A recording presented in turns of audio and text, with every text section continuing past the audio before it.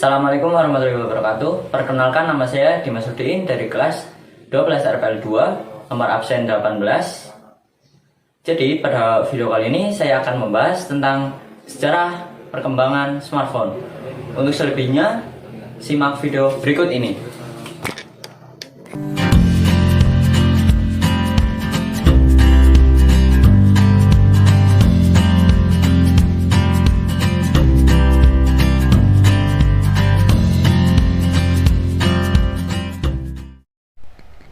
Ponsel pintar kini menjadi barang yang inklusif dan dimiliki banyak orang.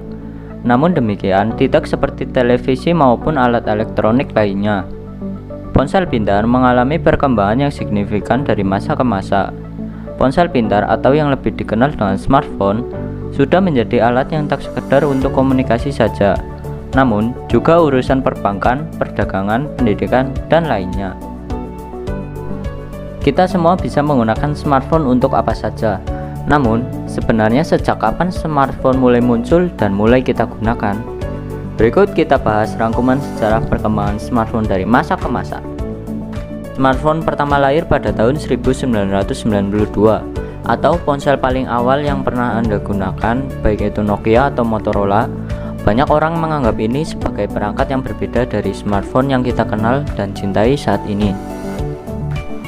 Tidak mengherankan, banyak yang percaya bahwa Apple yang menemukan smartphone dengan peluncuran iPhone mereka pada tahun 2007. Tapi sebenarnya, Bellshot Cellular dan IBM lah yang menciptakan telepon masa depan 15 tahun sebelumnya, dengan harapan memberikan kenyamanan gabungan telepon dan faksimil kepada pengguna, serta memberikan mesin komputer dan asisten digital pribadi di telapak tangan Anda. IBM telah membayangkan ide untuk telepon bergaya komputer sejak 1970-an, tetapi baru pada tahun 1992, perusahaan tersebut meluncurkan prototipe di pameran dagang komputer dan teknologi Comtex di Las Vegas. Smartphone prototipe ini dikenal dengan Simon Personal Communicator, tetapi tidak akan sampai ke konsumen hingga tahun 1994. Selain melakukan dan menerima panggilan, prototipe Simon juga dapat mengirim faksimil, email, dan halaman seluler, bahkan memiliki layar sentuh yang bagus. Untuk fitur nomor panggilan, juga terdapat fitur tambahan seperti aplikasi untuk kalender, buku alamat, kalkulator, penjadwalan, dan notepad. IBM juga mendemonstrasikan bahwa ponsel ini mampu menampilkan peta, saham, berita, dan aplikasi pihak ketiga lainnya dengan modifikasi tertentu. Tahun 1996 hingga 2000-an, beragam merek mulai menyusul. Mirip dengan Simon Personal Communicator dari IBM, Nokia 9000 Communicator dirilis pada tahun 1996 dan dianggap paling canggih pada masanya. Ia datang dalam desain kulit kerang yang cukup besar dan dilengkapi keyboard QWERTY serta dilengkapi dengan tombol navigasi.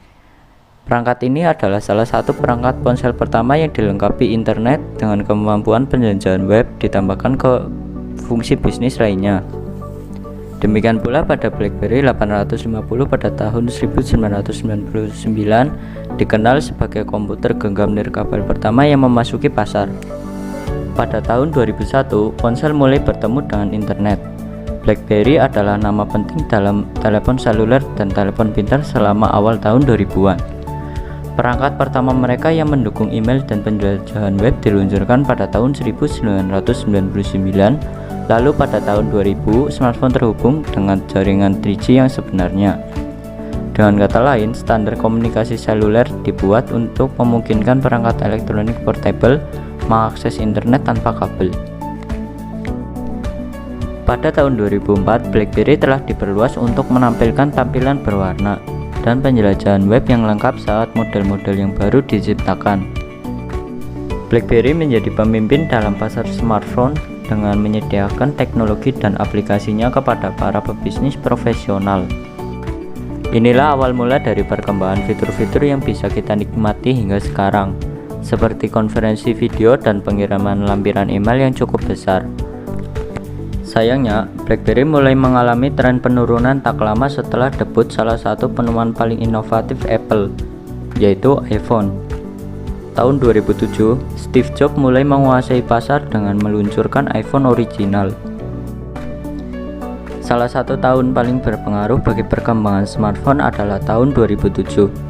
Itu adalah tahun Steve Jobs dan Tim McLeod meluncurkan iPhone pertama. Tidak hanya sebagai perangkat layar sentuh paling ramping yang memasuki pasar, perangkat ini juga merupakan perangkat pertama yang menawarkan versi internet yang lengkap dan tidak disederhanakan. iPhone pertama memberi konsumen kemampuan untuk menjelajahi web seperti yang mereka lakukan di komputer desktop. Perangkat ini ditawarkan pada level 4 GB dengan harga $499 dan 8 GB dengan harga $599 dengan masa pakai baterai hingga 8 jam. Keyboard QWERTY tradisional dilepas untuk menyediakan ruang bagi antar muka layar sentuh penuh yang menggunakan sensor multi sentuh. Begitu juga dengan Samsung yang terus berkembang dan pernah menjadi pesaing iPhone pada tahun 2019 dan seterusnya. Dapat dikatakan bahwa smartphone telah mengubah cara kita menjalani hidup. Berbagai jenis dan merek smartphone mulai membanjiri pasar. Semakin berkembangnya teknologi, juga semakin banyak vendor-vendor baru bermunculan dengan menawarkan berbagai macam fitur yang terus berkembang dan menawarkan kecanggihan dalam genggaman. Dari perkiraan 5 miliar pemilik ponsel di seluruh dunia, diperkirakan setidaknya 2, miliar diantaranya memiliki smartphone, dan angka itu diperkirakan akan terus meningkat. Flipkart juga telah membagikan tren ponsel pintar teratas yang harus diwaspadai pada tahun 2021. Menurut laporan tren, hal-hal seperti ponsel image akan menjadi hal biasa tahun ini. Laporan tersebut juga memprediksi kedatangan faktor bentuk unik seperti layar OLED fleksibel dan ponsel yang dapat digulung. Desain smartphone tradisional juga mengalami perubahan drastis setelah cukup konsisten selama beberapa tahun terakhir. Sementara ponsel yang dapat dilipat telah diperkenalkan dengan berbagai fitur layar OLED yang lebih fleksibel hingga ponsel dengan layar yang bisa dilipat. Begitulah perkembangan smartphone dari masa ke masa. Semakin berkembangnya teknologi, semakin berkembang pula kecanggihan smartphone yang bisa ditawarkan. Sekian dari saya, mohon maaf jika ada kesalahan. Sampai jumpa.